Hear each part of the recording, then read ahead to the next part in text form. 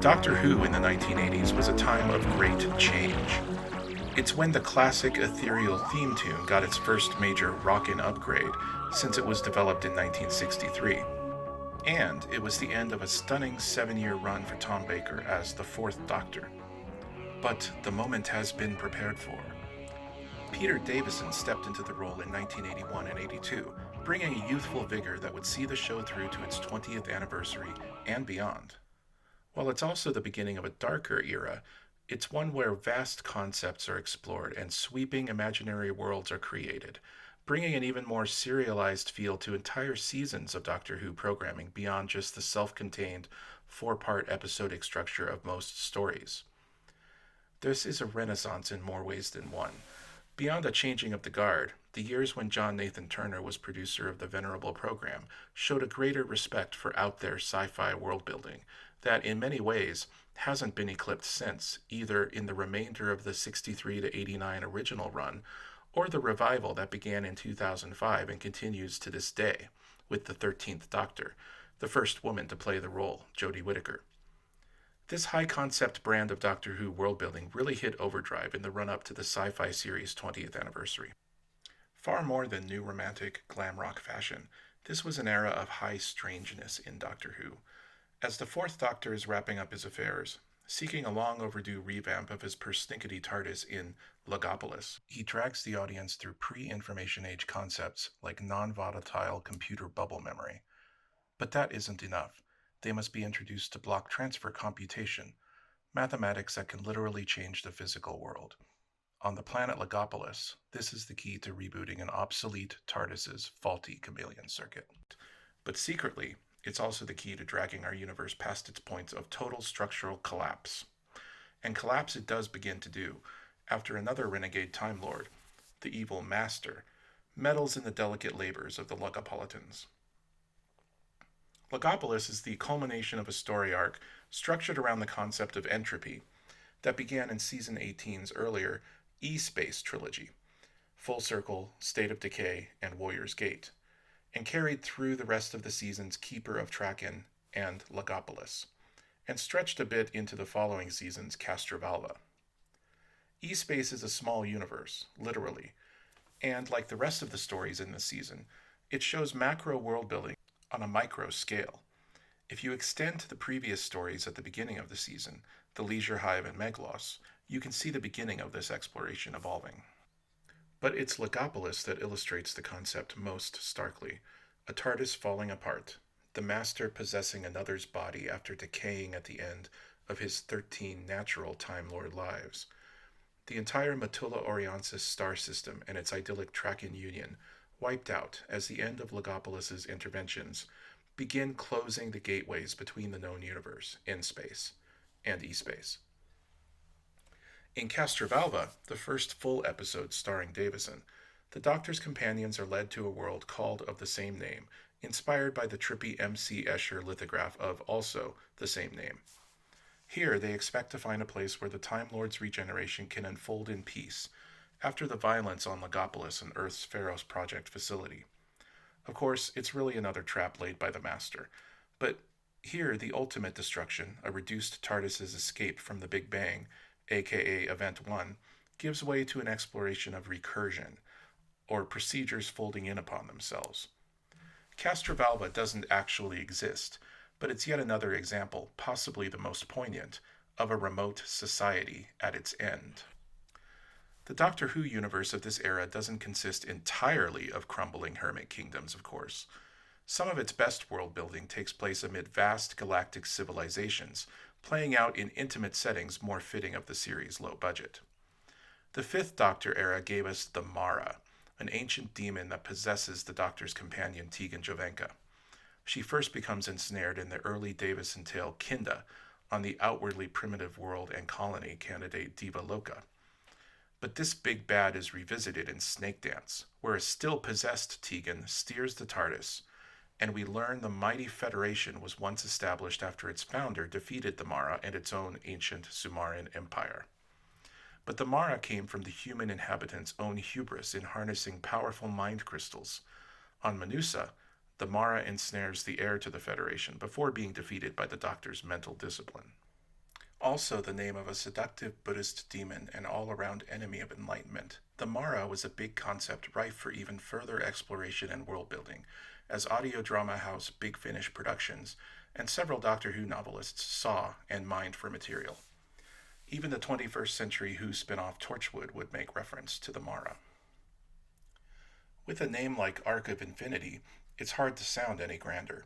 This region of Doctor Who space, also known as Rondel, is the stage for a return to the Doctor's homeworld, Gallifrey, by the mad erstwhile hero Omega, forgotten and trapped in an antimatter universe, who tries for the second time in Doctor Who to return to life here.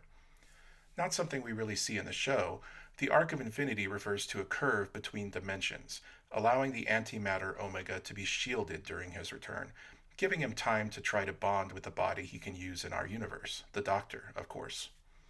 This bit of Doctor Who world building adds to the Time Lord mythos, which has become extensive in both eras of the series to the point the world was retconned out of existence and then retconned back for the program's 50th anniversary. Back in Castrovalva, the Master tried to trap the Doctor's TARDIS in the Holocaust of the Big Bang, aka Event 1, but in Terminus, the middle tale of the Black Guardian trilogy, following Modern Undead, in which a race of renegades try to use stolen Time Lord technology to extend their lives, the TARDIS visits a spaceship teeming with lepers that takes them to a station in the center of the known universe, Terminus. It's really another ship, one that accidentally traveled backward in time and ejected its fuel during an emergency, sparking the Big Bang. Event 1 explained. Against this bleak backdrop shines a beacon of hope, as Nyssa of Traken, no longer the scared sole survivor of her world, but a confident and brave scientist, leaves the TARDIS crew to stay behind and help the needy. So the Fifth Doctor era loops back to its explosive beginning before it can surge forward. Enlightenment is the final story of the Black Guardian trilogy, which introduced the scheming companion Vislor Turlo as a pawn of the titular Guardian under orders to kill the Doctor in revenge for denying him the all-powerful key to time years earlier. Another attempt at grand arc storytelling, but one that was more fragmented. Sorry, pun intended. In Enlightenment, we meet the Eternals, beings who seek the ultimate prize, actual enlightenment itself, while using the mortal ephemerals for entertainment and fodder as they compete in a regatta among the stars. The spirit of competition extends into the 20th anniversary special, The Five Doctors, as most of the Doctor's previous incarnations are reunited in Gallifrey's primeval death zone, as part of an ambitious Time Lord's ploy for his own prize, true eternal life. The game of Rassilon here, long forbidden, pits some of the universe's most dangerous creatures against one another, all to challenge the Doctor to snag the prize for a shadowy schemer.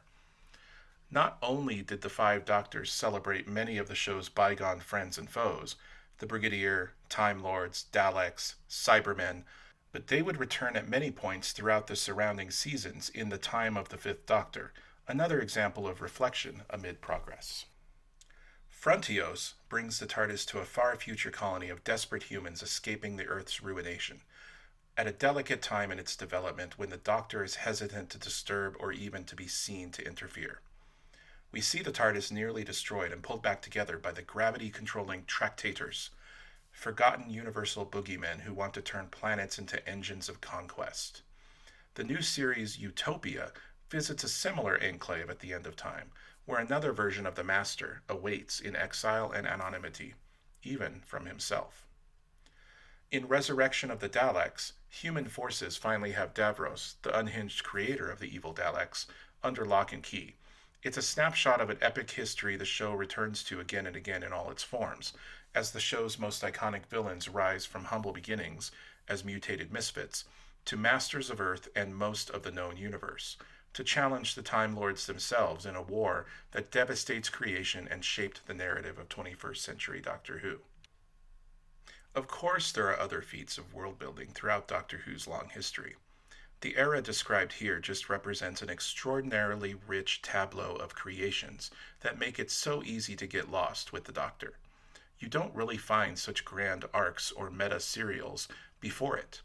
The Lost Galaxy 4 and epic Daleks Master Plan in the First Doctor era, and the stranding of the Third Doctor on Earth as scientific advisor to UNIT stand as some of the few exceptions. The aforementioned Key to Time uses a MacGuffin metaplot, but ultimately strings together several unrelated, if interesting, tales. The Seventh Doctor would put his companion Ace through trial after trial while playing a dangerous ongoing chess match, literally, against the evil Fenric across the late 80s, seasons 25 and 26, the show's last.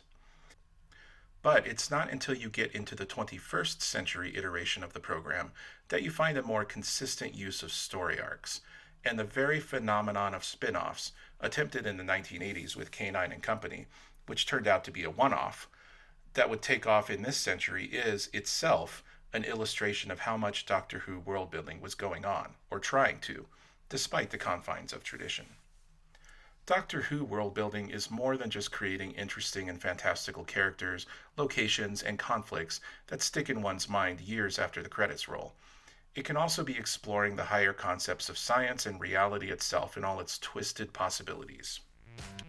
Thanks for listening. I hope you enjoyed this exploration of epic 1980s Doctor Who world building. Please remember to like and subscribe, and share this video with your fellow Doctor Who fanatics.